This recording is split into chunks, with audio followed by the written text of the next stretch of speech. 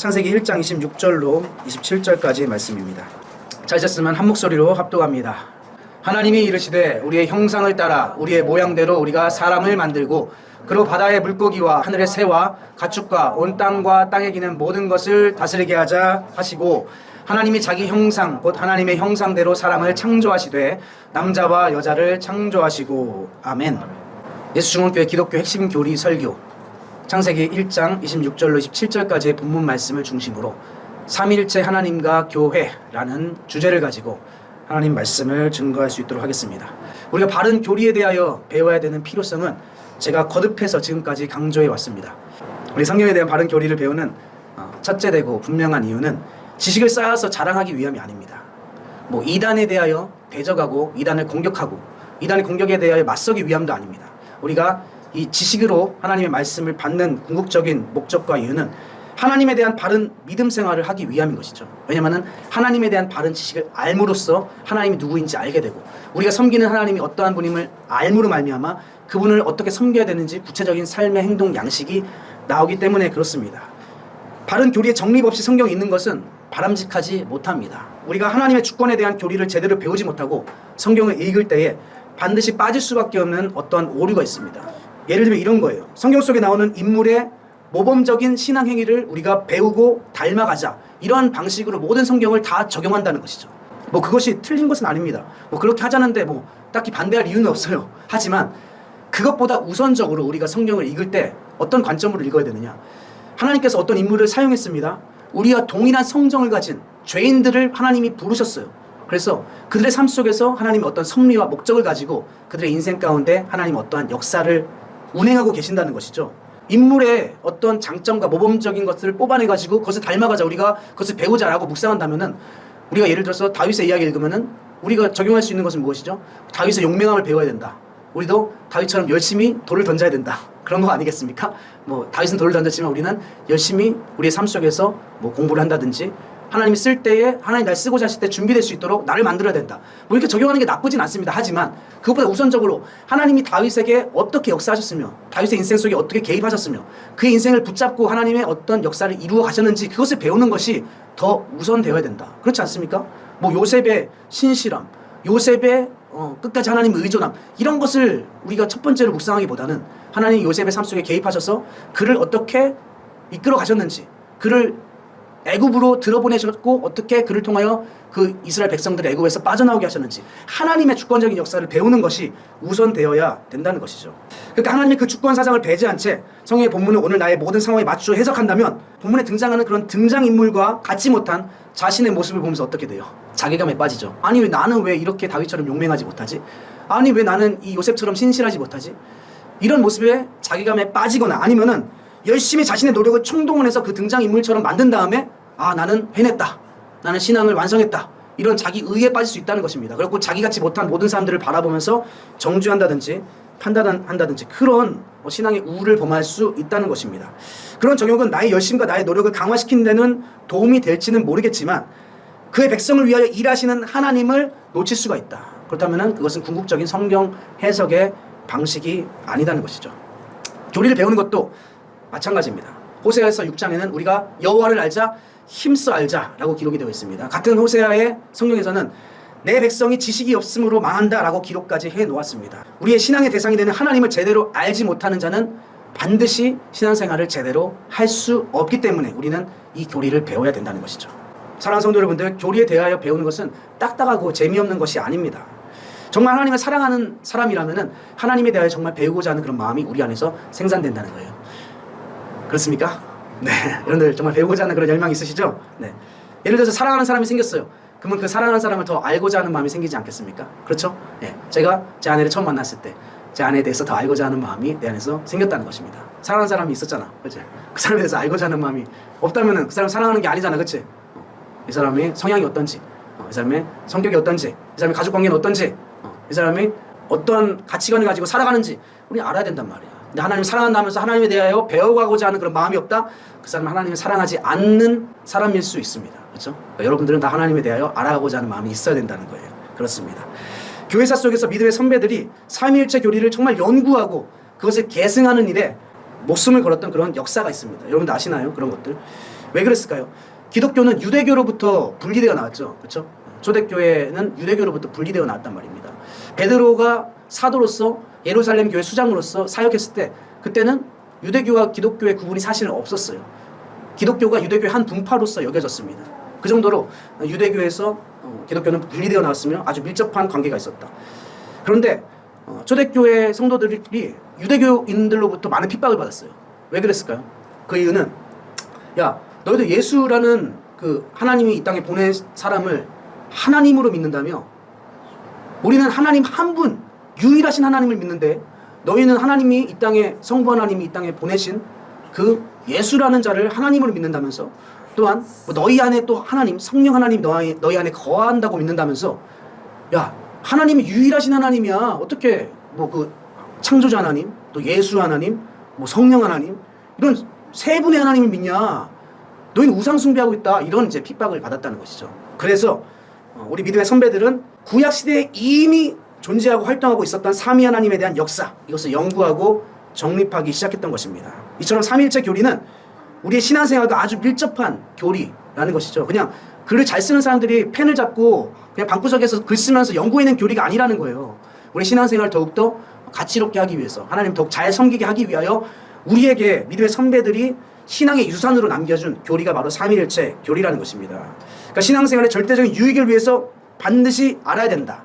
그렇죠? 네, 그렇습니다. 우리가 믿는 대상인 하나님에 대하여 성경이 가르쳐주는 그 범위까지 알아야 될 것입니다. 그것 외에 우리가 어떤 자의적인 해석으로 하나님에 대한 그런 오해를 가지고 하나님을 알려하면 안 되겠지만 성경이 말해주는 데까지는 우리는 알아야 된다. 그렇습니다. 성경을 소위 점진적 계시라고 말합니다. 들어보셨을 겁니다. 점진적 계시.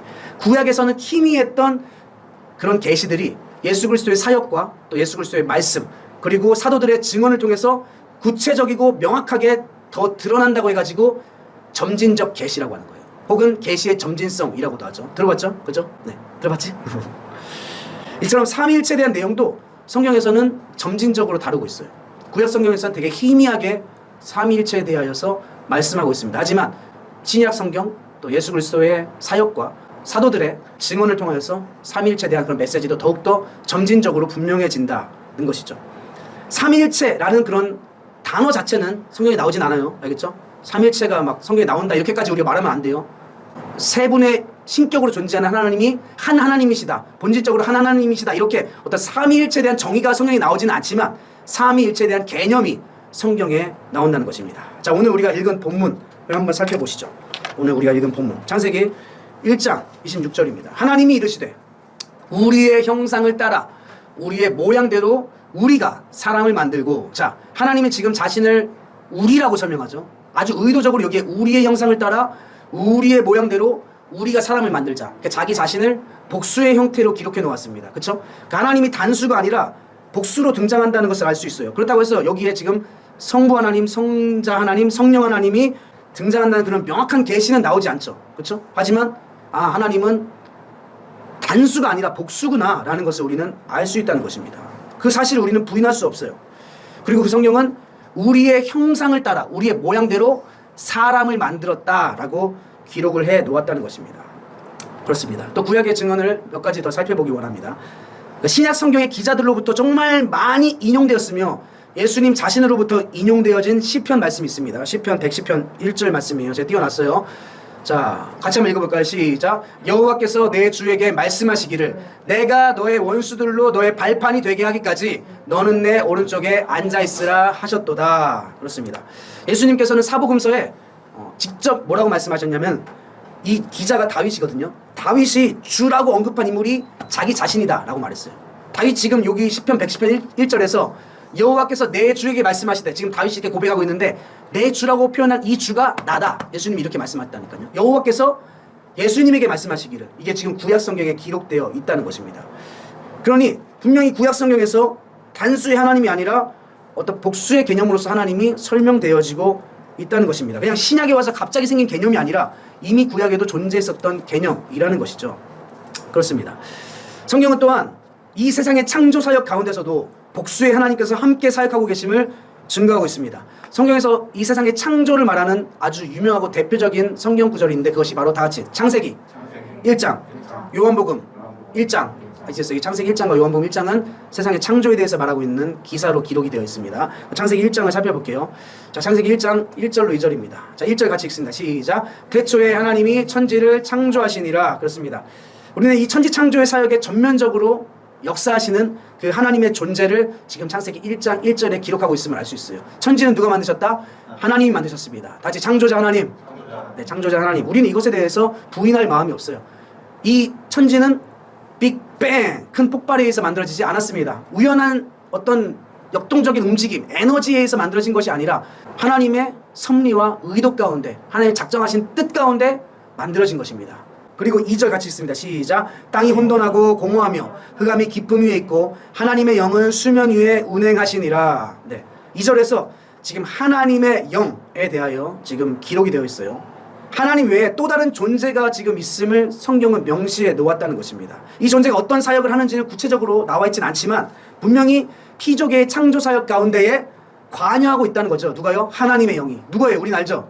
성령님이시죠. 그러니까 창조 사역의 복수의 하나님이 사역에 대해서 조금 더 명확하게 계시하는 그런 성경이 있는데 바로 요한복음입니다. 요한복음. 자, 요한복음 1장 1절로 3절도 한번 볼게요. 1절 말씀 제가 읽어드릴게요. 잘 따라오십시오. 태초에 말씀이 계시니라. 이 말씀이 하나님과 함께 계셨으니 이 말씀은 곧 하나님이시니라. 그렇습니다. 자, 여기서는 요한복음에서는 천지창조 사역에 전면적으로 일하시는 그 하나님을 설명하기보다는 더 우선적으로 하나님과 함께 계셨던 그 말씀이라는 존재, 그 존재에 대해서 중점적으로 다루고 있어요. 같이 말씀은 하나님이신 예수 그리스도다. 이거는 성경이 증거하고 있는 계시예요. 알겠죠? 자, 이 말씀은 곧 하나님이다. 이 말씀이 계시니라. 그러니까 하나님께서 말씀으로 세상을 창조했다 말씀하시죠. 그래서 단지 말씀으로 이 세상을 창조했다는 것이 아니라 예수 그리스도께서 그 창조 사역에 개입하셨다는 것을 말하고 있는 거예요. 알겠어요? 예수님이 그 창조 사역에 개입하셨다. 2절. 그러니까 태초에 하나님과 함께 계셨고 그가 누구예요? 말씀이신 예수 그리스도죠. 그죠? 만물이 그로 말미암아 지은 바 되었으니 모든 만물은 예수 그리스도로 말미암아 지은 바 되었다는 거예요. 그러니까 그 말씀이신 하나님은 창조 사역에 적극적으로 개입하신 하나님이라고 지금 성경이 증거하고 있는 거죠. 성경은 그 말씀이신 하나님을 의도적으로 창조자 하나님과 구별하여서 설명함으로 지금 복수로 존재하는 하나님을 부각시키고 있습니다. 잘 따라오고 계시죠? 오케이. 그렇습니다. 성경이 점진적 계시라고 했어요. 그죠? 점진적 계시. 점진적 계시인 성경은 이제 요단강에서 예수님께서 침례를 받으시는 그 장면에서 동시간대에 한 자리에 계시는 삼위 하나님에 대하여 이제는 명확하게 증거합니다. 자, 말씀 확인합니다. 마태복음 3장 16절로 17절입니다. 자, 중요하니까 한번 같이 읽어볼게요. 시작. 예수께서 침례를 받으시고 곧 물에서 올라오실새 하늘이 열리고 하나님의 성령이 비둘기같이 내려 자기 위에 임하심을 보시더니 하늘로부터 소리가 있어 말씀하시되 이는 내 사랑하는 아들이요 내 기뻐하는 자라 하시니라. 자, 그렇습니다. 자, 지금 이 말씀 안에서 독립된 세 존재가 동시간대에, 그렇죠? 같은 장소에서 각자의 사역을 하고 계심을 우리는 성경을 통해서 확인할 수 있죠. 자, 하늘이 열리며 하늘에서 소리가 있어 말씀하시되, 그 말씀하시는 하나님이죠. 누구에게? 그 아들에게. 뭐라고 말씀하십니까? 이는 내 사랑하는 아들이요 내가 기뻐하는 자라. 그의 아들을 사랑하시는 하나님이 지금 그 동일선상에 계시며 동시에 예수께서 침례를 받으시고 그 밑에서 하나님의 사랑을 받는 아들 하나님이 기록이 되어 있습니다. 또한 하늘이 열리고 하나님의 성령이 비둘기같이 내려 그 예수 그리스도 위에 임하심을 보시더니, 네, 그 예수 그리스도 곁에서 성부 하나님과 성자 하나님 사이를 교통하시며 연결하시는 그런 하나님이 계심을 지금 성경은 증언하고 있다는 것입니다. 잘 따라오고 계십니까? 네. 이제 제가 3위에 대해서 설명해 드릴 거예요. 잘 들으세요. 좀 어려울 수도 있지만 제가 잘 설명해 드릴 겁니다. 이거 꼭 알아야 돼요. 다시 3위. 3위는 어떤 자리라든지 우리가 어떤 위치 이렇게 생각하잖아요. 어떤 장소적인 그런 개념보다는 이렇게 생각하면 더 쉽습니다. 같이 독립된 새 신격 베드로, 요한, 야고보 이렇게 세 명의 인격이 존재하는 것처럼, 그렇죠? 우리 형제님 세 명이 지금 따로 독립된 인격체로 존재하죠, 그렇죠? 네. 근데 그런 것처럼 성부 하나님, 성자 하나님, 성령 하나님 독립된 새 신격으로 존재하신다. 이게 뭐라고요? 다시 3위. 됐습니까? 그런 의미로서 독립된 새 신격이란 언어로 치환해서 우리가 생각한다면 그 의미가 더욱더 명확하게 우리에게 전달될 수 있겠습니다. 자, 이 성삼위 하나님에 대한 설명 중에 우리 믿음의 선배들이 정의 내린 정의가 있습니다. 자, 같이 따라해 볼게요. 성부는 성자가 아니다. 성자는 성부가 아니다. 성령은 성부도 성자도 아니다. 무슨 말이에요? 삼위 하나님은 독립된 객체로서, 알겠죠? 각자의 신격을 갖고 있는 하나님이라는 거예요. 하지만 이런 논리로 삼위에 대한 그런 개념은 정의 내릴 수 있겠지만 일체라는 그런 개념에 대해서는 우리가 명확하게 이해할 수 없습니다. 그렇죠? 이거를 만약에 사람의 논리로 생각한다면은 세 사람이 인격적으로 독립된 존재로 있는데 이렇게 일체로 한 몸으로 된다 이렇게 이해를 해야 되잖아요. 그런 것처럼 이 일체라는 용어를 한 몸으로 우리가 생각하면은 성부 하나님, 성자 하나님, 성령 하나님께서 이제 한 몸을 이루어서 완전체가 된다 이렇게 생각할 수 있다는 얘기예요. 성경이 정말 말하고자 하는 그런 의도와는 벗어났다라는 거죠. 왜냐면은 봐봐, 세 분이 합하여져서 한 온전한 몸을 이룬다라고 하면은 한 성부 하나님께서는 그래도 성부니까 아버지는 한 50% 정도, 그치? 성자 하나님은 몇 프로 정도 돼야 돼? 한 30%? 성령 하나님은 20%. 이 정도의 어떤 신적 권세를 가지고 합쳐져서 이제 온전한 하나님 이렇게 되어지는 개념이잖아요. 그렇죠? 그러니까 그렇기 때문에 한 몸이라고 우리가 말을 해버리면은 성경이 말하는 성부, 성자, 성령이 일체로서 존재하는 것을 약간 왜곡해서 오해해서 생각할 수 있다. 실제로 이런 이해가 있었어요. 달걀 껍질과 흰자와 노른자가 합쳐져서 온전한 달걀을 이룬다. 이런 개념으로 삼위일체를 설명했던 적이 있습니다. 근데 이것은 틀린 비유라는 것이죠. 그러니까 이 세상적인 어떤 논리로 이 삼위일체 하나님을 설명하기에는 한계가 있다는 거예요. 이건 하나님의 신비에 해당하는 거니까. 컴퓨터도 본체와 키보드, 그렇지, 모니터 이런 것들이 이제 조합을 이루어서 한 컴퓨터로서 온전한 구성체가 되잖아요. 이런 것처럼 하나님을 이해하면 된다, 안 된다? 안 된다, 안 된다. 그러니까 일체라는 개념은 한 몸이라는 개념보다, 따라해보세요, 한 본질, 동일한 본질, 이렇게 시원해서 이해한다면 보다 정확하게 이해할 수 있겠습니다. 이를테면 하나님은 그의 속성이 영원하시죠. 같이 영원하다, 무한하다, 불변하시다, 사랑이시다, 이런 속성이 있잖아요. 그렇죠? 그런 하나님의 속성을 성부 하나님도 영원하시고 무한하시고 불변하시고, 성자 하나님도 영원하시고 불변하시고 무한하시고, 또 성령 하나님도 영원하고 무한하고 불변하고 사랑하시고, 이런 속성을 모두 다 가지고 있다. 모든 하나님이 그런 속성을 가지고 있다. 한 본질로서. 이렇게 이해하는 게 훨씬 낫겠다. 그리고 사역적으로도 동일한 사역을 한다는 의미, 완전하게 하나 되어서 그 사역을 이루어 나가신다. 삼위 하나님께서 완전하게 하나 되어 하나님의 사역을 이루어 나가신다라는 그런 개념으로 우리가 정리하면 되겠습니다. 자, 지금까지 우리가 나눈 내용을 근거로 삼위일체 용어를 제가 이제 정리를 해드릴게요. 잘 들으세요. 따라해 보십시오. 성부, 성자, 성령, 세 신격의 하나님은 따로 떨어져서 독립적으로 사역하는 분이 아니라 동일한 본질을 가지고 동일한 사역을 하시는 한 하나님이시다. 네, 어렵죠, 그죠? 이게 세상적인 논리로 설명이 불가능합니다. 그래서 하나님의 신비에 해당하는 거예요. 근데 이 정도로 정의만 내릴 수 있고, 이것을 너무 막 논리적으로 막 따지고 막 들어가면은 아까처럼 이 세상적인 비유를 자꾸만 하게 되니까 그래서 이단에 빠지게 되는 거예요. 성부, 성자, 성령이라는 세 신격의 하나님이 따로 떨어져서 독립적으로 사역하시는 분이 아니라 동일한 본질을 가지고 동일한 사역을 하시는 한 하나님이시다. 이 정도로 개념을 정리할 수 있겠습니다. 이 개념이 우리가 아무리 이해하려고 해도 안 되는 것은 이 세상에 이런 개념이 존재하지 않기 때문에 그래요. 생각해 보십시오. 세상에 어떤 두 개 이상의 다른 물건이 동일한 본질을 갖는 게 가능합니까? 이런 컵을 어떤 줌을 이용해서 그치? 똑같이 찍어낸다 할지라도 전자현미경 같은 걸로 살펴보면은 모양이 틀려요. 완전하게 똑같은 물건을 찍어낼 수는 없단 말입니다. 조그만 아주 바늘이라 할지라도 전자현미경을 보면은 깎인 각이라든지 이게 다 틀리단 말입니다. 그러니까 이 세상에는 두 개 이상의 다른 물질이 완전히 본질적으로 같은 속성을 가진 것은 있다, 없다? 없다. 지문도 마찬가지잖아요. 지문이 똑같은 게 있나요? 1대1로 완전히? 없잖아요. 없어요. 일란성 쌍둥이라 할지라도 성격과 체질 이런 거 다 틀리단 말입니다. 맞잖아요. 쌍둥이 주위에서 본 사람 있죠? 네. 본 사람 있어? 똑같아? 생김새만 그냥 비슷할 뿐이지 뭐 인격이라든지 뭐 성격이라든지 틀립니다. 완전 틀려요. 그러니까 이렇게 뭐 인격적으로 아니면 어떤 형태적으로 완전하게 동일한 본질을 가진 두 가지 물체는 없다. 이해가 되죠? 그러니까 이것을 우리가 이해하려고 하면 이해가 안 된다는 거죠. 그런데 세상적 비유를 통해서 삼위일체를 이해하려고 하면 반드시 오류에 빠질 수밖에 없다는 것입니다.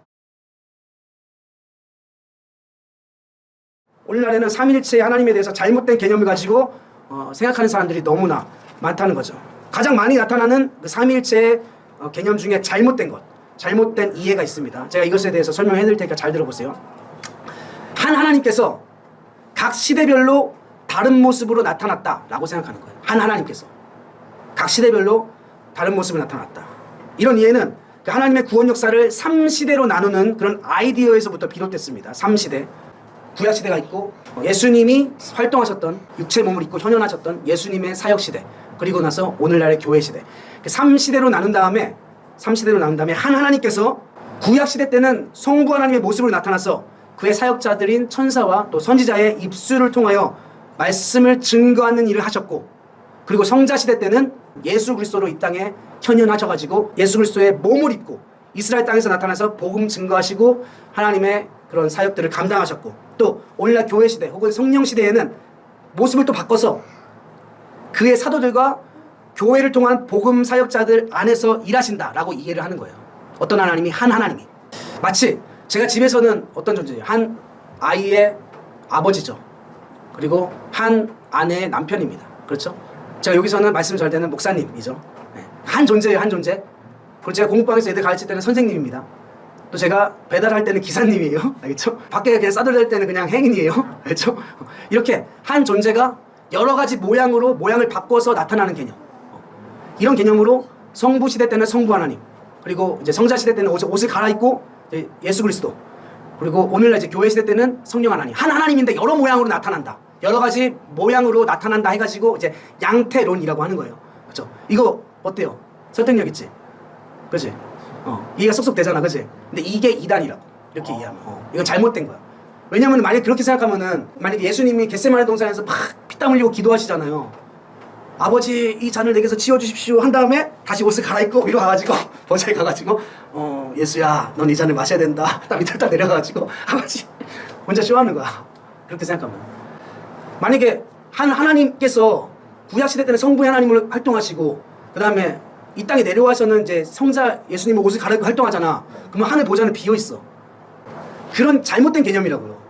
잘못된 개념. 이거를 그러니까 인간의 논리로 자꾸만 이해하려다 보니까 이런 오류에 빠진다는 것입니다. 아까 저 얘기했던 것처럼 예수님이 그러면 기도하는데 자기 혼자 기도하고 또 다시 올라가서 막 이렇게 기도를 받고, 이건 이제 정신분열이잖아, 그치? 되게 신성모독적이거든, 사실 이 양태로는. 삼위 하나님의 독립적인 그 신격을 인정하지 않는 겁니다. 왜? 이단이에요. 그래서 왜? 신성모독적이기 때문에. 우리 성경이 말하고 있는 대로 믿어야 된다는 얘기예요. 이런 논리는 독립된 이 세 신격의 하나님의 존재를 부정하는 것이지만 많은 사람들이 이러한 식으로 믿고 있다는 것입니다. 잘못된 거예요. 자, 성부, 성자, 성령이라는 세 신격의 하나님이 동일한 본질을 가지고 동일한 사역을 하는 한 하나님이라는 개념을 어떻게 우리가 정리할 수 있을 것인가? 자, 이렇게 정리할 수 있겠습니다.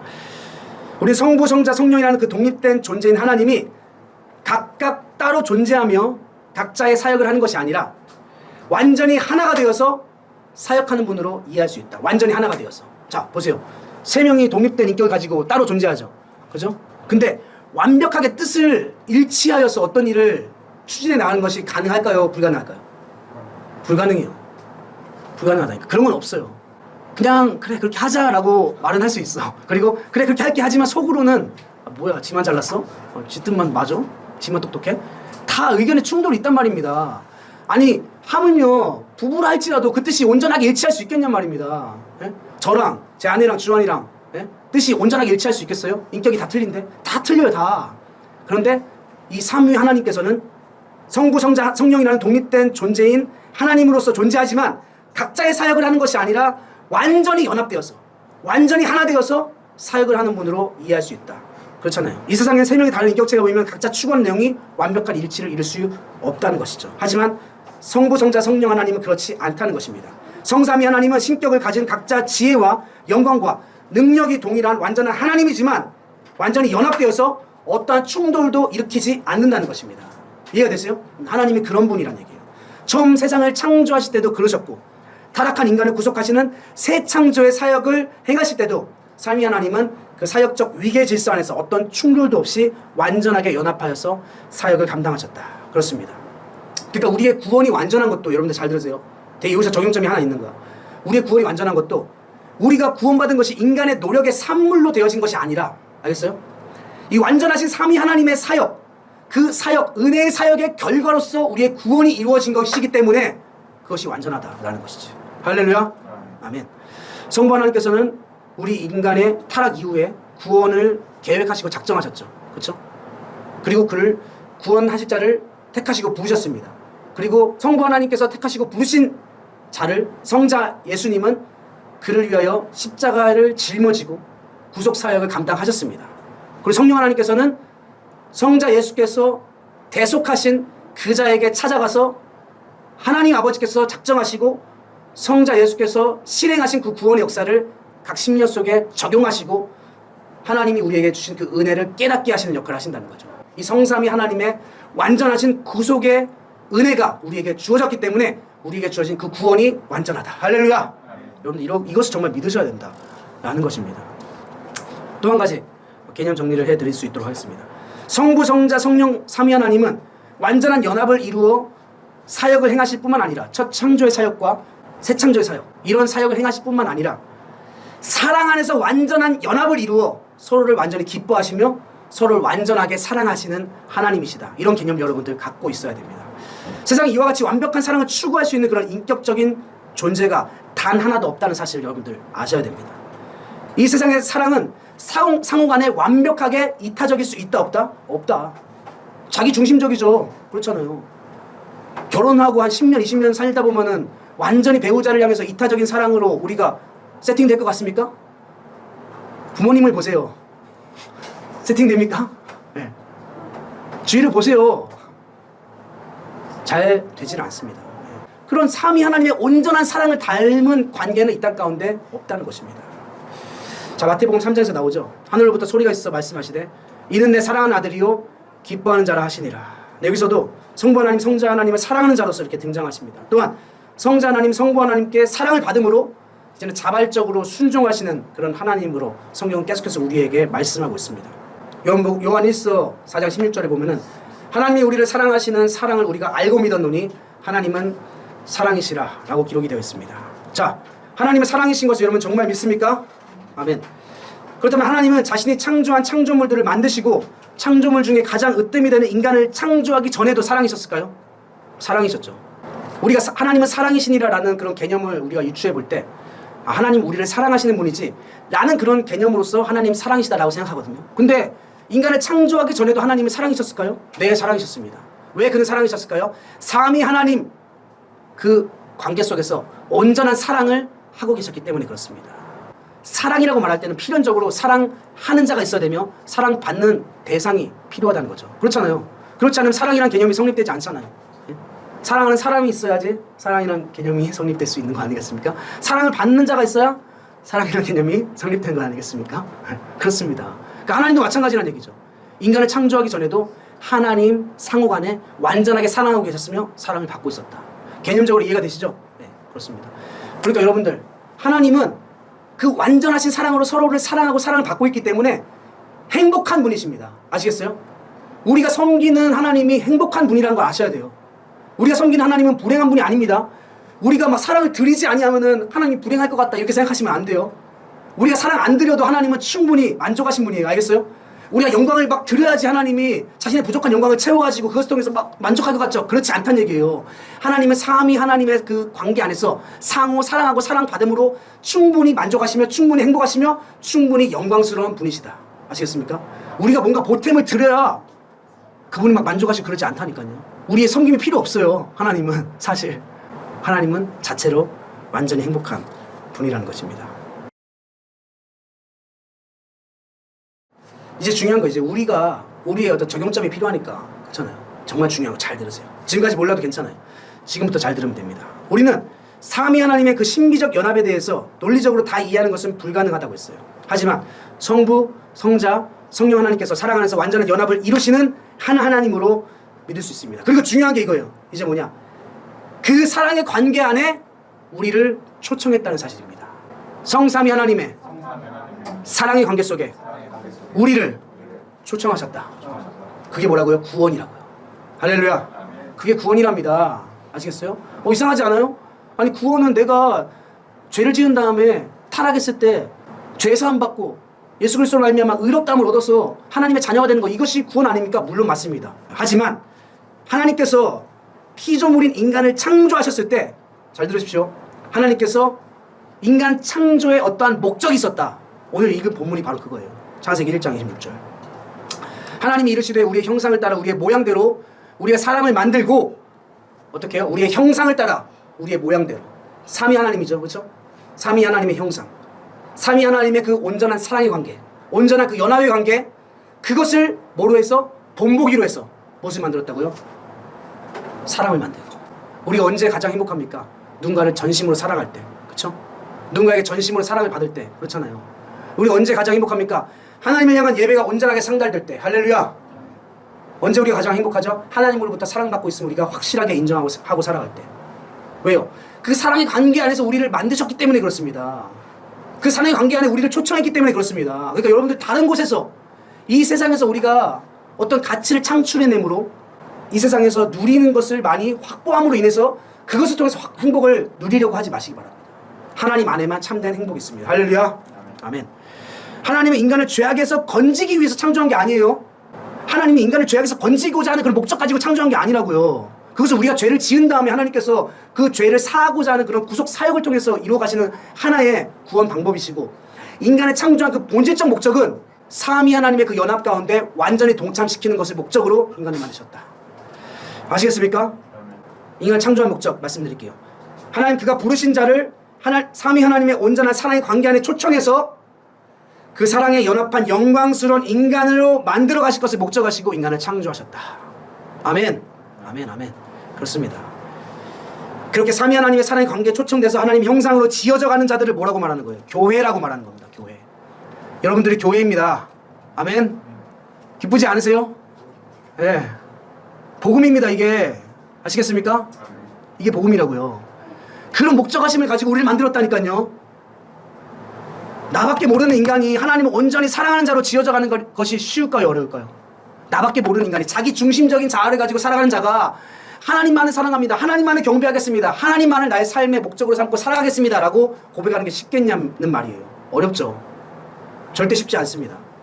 자기 중심적인 인간이 자기를 사랑하는 것과 같이 이웃을 사랑하는 자로 지어져 가는 것이 쉬울까요? 어려울까요?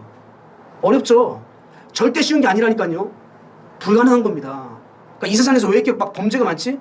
막 어린이집 교사들이 막 애들을 그렇게 학대하고 어떻게 그런 일이 벌어져? 아니 우리가 그 자리에 가면은 그렇게 물리적으로 안 할 뿐이지 속으로 다 한다니까요. 안 그럴 것 같아요? 여러분들 막 천사인 것 같아요? 에? 아 저분은 안 그럴 수도 있을 것 같아요. 아니 그런 애들 만나면 이 안에서 물론 표정은 안 그러죠. 아기야 이런 애 죽고 싶냐? 그러면 야너 진짜 CCTV 없는 것을 보자. 꽉 하나 줄게. 아니 자식 키워보세요. 한번 3명만 진짜 키워보세요. 네? 안 그럴 것 같냐고요. 주위에서 보잖아요. 천사가 어디 있습니까? 우리 애기라니까요. 우리 애기. 아시겠어요? 나 중심적으로 살아간단 말입니다. 근데 나를 부인하고 자기를 희생하고 이타적으로 누군가를 사랑하는 그런 사람으로 그런 교회로 지어져가는 것이 쉬운 줄 아냐 말입니다. 절대 어렵다는 거죠. 하지만 삼위 하나님은 당신이 부른 자들 곧 교회 그들을 그의 사랑의 연합의 관계 속에 초청하셔서 우리를 그 교회로 만들어 가신다는 것입니다. 할렐루야. 그렇게 우리의 인생을 통해서 지어져 가는 거예요. 지어져 가는 겁니다.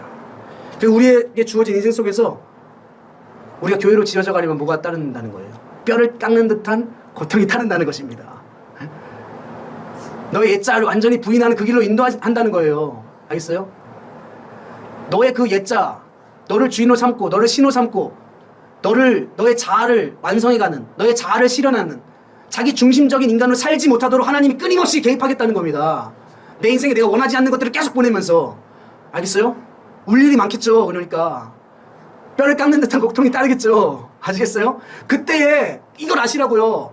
삼위 하나님의 그 사랑의 연합의 관계, 그 안에서 나를 지어가기 위해서 이런 과정을 허락하셨구나. 뭔가 인과율적으로 내가 이렇게 뭔가 A라는 것을 들여가지고 그것에 따른 저주로 내 인생에 이런 파멸이 일어나, 이렇게 생각하지 마시라니까요. 이해가 된다 하면 네, 그렇습니다. 그래서 자기 부인의 삶을 살게 하시고 우리를 끊임없이 교회로 지어져 가게 하시는 하나님의 섭리 가운데 그 모든 것들을 허락하신다는 것입니다. 여러분에게 찾아오는 모든 시련과 아픔과 고통들을 하나님께서는 그의 성품에 참여케 하기 위하여 우리에게 허락한 선물로 받아들일 수 있기를 주님의 이름으로 축원합니다. 그래서 베드로 사도는 우리가 신의 성품에 참여하도록 하기 위하여 그런 모든 것들을 허락했다고 베드로 후서에 말씀했어요. 우리 사랑 안에서 그리스도를 닮은 완전한 순종의 사람으로 만들어 가시는 삼위 하나님의 인도하심을 여러분들 의지함으로 우리에게 주어진 오늘의 삶을 감사함으로 살아낼 수 있기를 주님의 이름으로 축원합니다. 예수님께서 이렇게 말씀하셨죠. 내가 아버지 안에, 아버지께서 내 안에 있는 것 같이 저희도 우리 안에서 하나가 되게 하옵소서. 요한복음 17장 예수님의 대제사장적 기도. 예수님이 기도하셨으니까 이루어지겠죠. 할렐루야. 그래서 이루기 위해서 우리에게 하나님은 인생을 허락하신 것입니다. 믿음으로 우리에게 주어진 인생을 살아낼 수 있기를 주님의 이름으로 축원합니다. 삼위 하나님의 온전한 연합 가운데 우리를 나를 죽이고 나를 부인하며 오직 예수 그리스도와 방불한 인격으로, 아시겠어요? 하나님이 공유하지 않는 영역이 있어요. 신성입니다. 막 능력을 행하고 귀신 막 쫓아내고 막 카리스마 있게 막 능력을 행해가지고 사람들 막 주께로 엄청나게 돌아오게 만드는 그런 거 기대하지 마시고 예수 그리스도의 인격에 참여하려고 하시라니까요. 예수 그리스도 자기의 신성을 버렸잖아요. 빌립보서 2장에 그는 근본 하나님의 본체시나, 이게 삼위일체거든요. 그와 동등됨을 취할 것으로 여기지 아니하시고 오히려 자기를 비워 종의 형체로 낮아지셨잖아요. 그것에 여러분도 연합하려 하시기 바랍니다. 십자가 지고 자기를 희생하며 내 원하는 것 추구하지 않고 주님이 기뻐하는 것이 무엇인지를 끊임없이 묵상하는 그런 삶으로 내 힘으로는 할 수 없어요. 내 능력으로 가능하지 않습니다. 삼위 하나님이 그 역사를 우리 안에서 이루어가고 계심을 믿음으로 우리 삶을 하나님께 드리는 복된 성도님들 될 수 있기를 주님의 이름으로 축원합니다. 아멘. 함께 기도하겠습니다.